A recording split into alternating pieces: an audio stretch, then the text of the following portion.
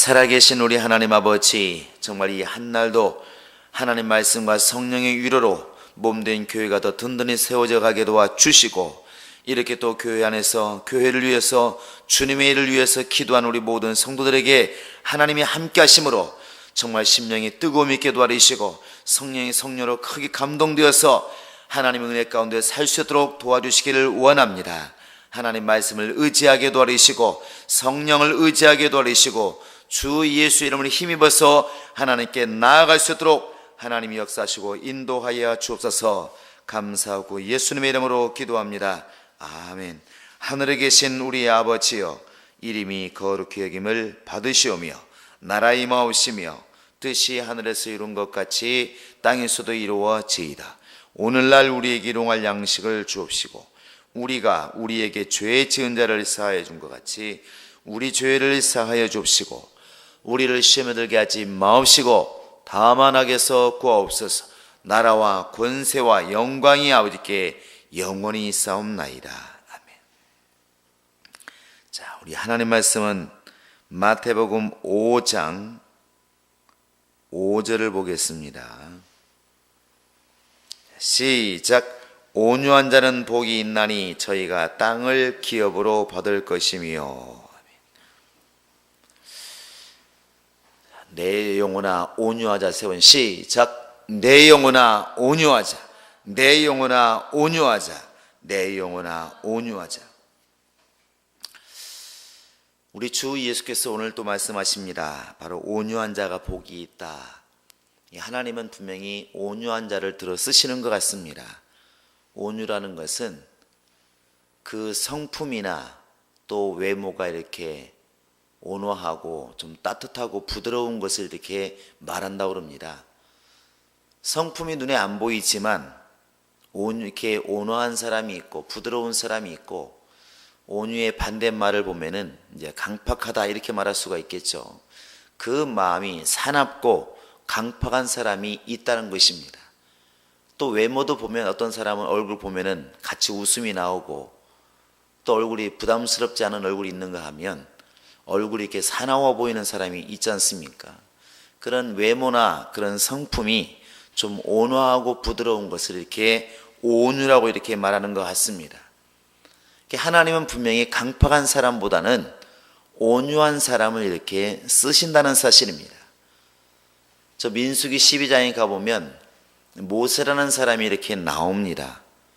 성경은 크게 율법은 모세, 진리는 바로 예수 이렇게 말해서 성경의 가장 큰 인물이 어찌 보면 모세와 예수라 말할 수 있는데, 그 모세도 하나님이 직접 이렇게 말씀하십니다. 12장에서 모세는 온유함이 모든 사람보다 승하더라, 가장 위에 있더라는 것이죠.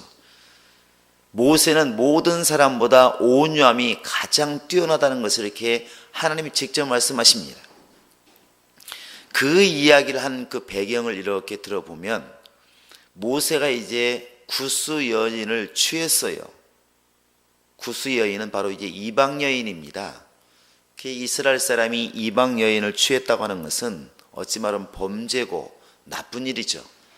그러니까 아마도 백성들도 할 말이 많았겠지만 자기 형 아론하고 너희 동생 미리암이 이제 그것을 말하는 것입니다. 형은 동생에게 말했겠죠. 모세야, 네가 백성들에게 본을 보여야 될 사람으로서 어떻게 네가 먼저 이방 여인을 취하냐, 막 그러면서 공격을 합니다. 역시 또 미리암도 공격을 하죠. 두 사람만 공격했겠습니까? 온 백성이 다 수근수근하며 두근 이렇게 손가락질 했겠죠. 하나님께서 그때 이제 모세를 두둔하는 것입니다. 모세는 온유함이 모든 사람보다 승하더라. 결국 이 모세를 대적함을 통해서 이제 미리암에게는 문둥병이 들리고 그런 재앙이 임하게 됩니다. 근데 중요한 것은 모세는 지도자라고 그래가지고 엄청나게 강팍하고 싸납고 억세고 그런 것은 아니었던 것 같습니다.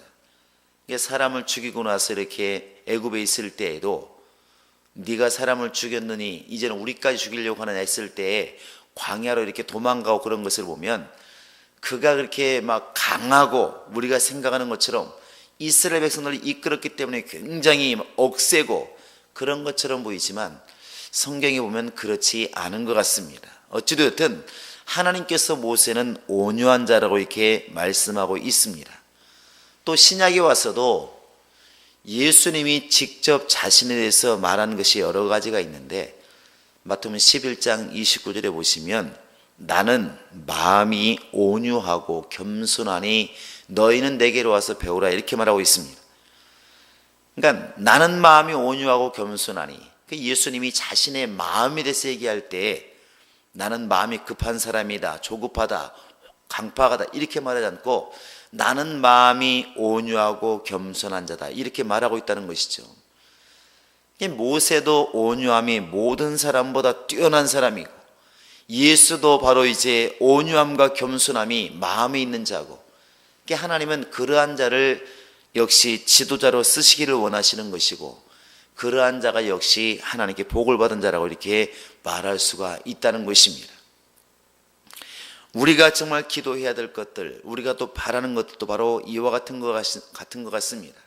내 심령이 온유할 수 있도록, 내가 강팍하지 않도록 하나님이 나를 이끌어 주시고 내 심령에 온유함이 있도록 정말 영혼들을 대할 때나 또 내가 주의 일을 감당할 때 큰 일을 감당하고 있기 때문에 정말 이렇게 사람이 사나워도 용납되는 그러한 성품이 아니라 오히려 큰 일을 감당하기 때문에 더 부드럽고 온유한 자가 될 수 있도록 기도를 하는 것이 매우 중요한 것 같습니다. 하나님은 그러한 자들에게 땅을 이렇게 유업으로 주는다 말씀하셨습니다. 여기에 땅이라고 하는 게 무엇일까요?